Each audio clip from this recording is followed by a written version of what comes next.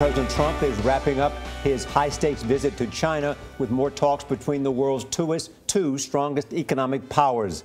He received a formal welcome overnight at the Great Hall of the People in Beijing.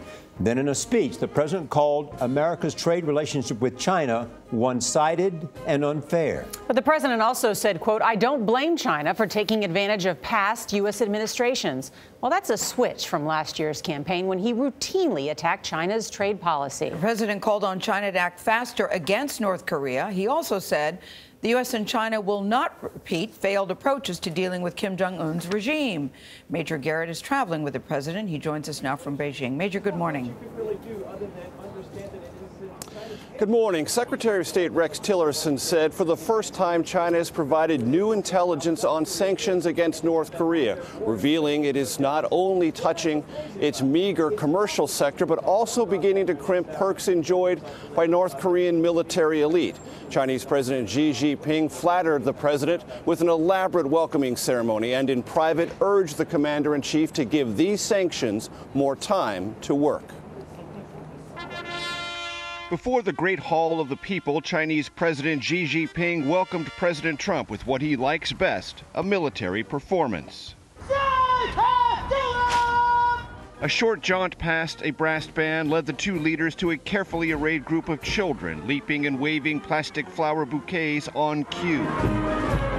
Moments later, the president called the pageantry magnificent, possibly a global phenomenon. And the world was watching. I've already had people calling from all parts of the world. They were all watching. On the pressing issue, North Korea, the president said Xi can take the lead. And I am calling on China and your great president to hopefully work on it very hard. In their private conversations on North Korea, Mr. Trump told Xi the global leadership role China seeks runs through North Korea. But time is quickly running out. We must act fast. The president also pressed the issue of trade, reminding Xi that all 15 of the largest U.S. annual trade deficits have been with one country, China. But I don't blame China.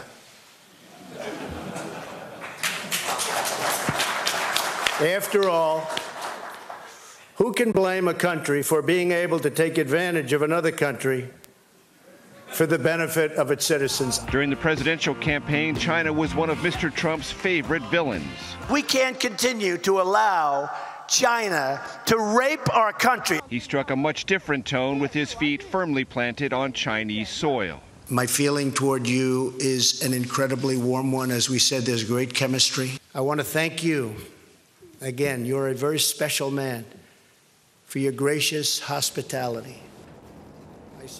During the president's visit, China announced more than $250 billion in deals with U.S. companies. Now, many of these agreements were in the works long before the president arrived and will do little to erode the barriers to goods and services from the United States China stubbornly maintains. Tomorrow, the president heads for Vietnam and an expected meeting with Russian President Vladimir Putin. The Kremlin said the probability of such an encounter was, quote, quite high.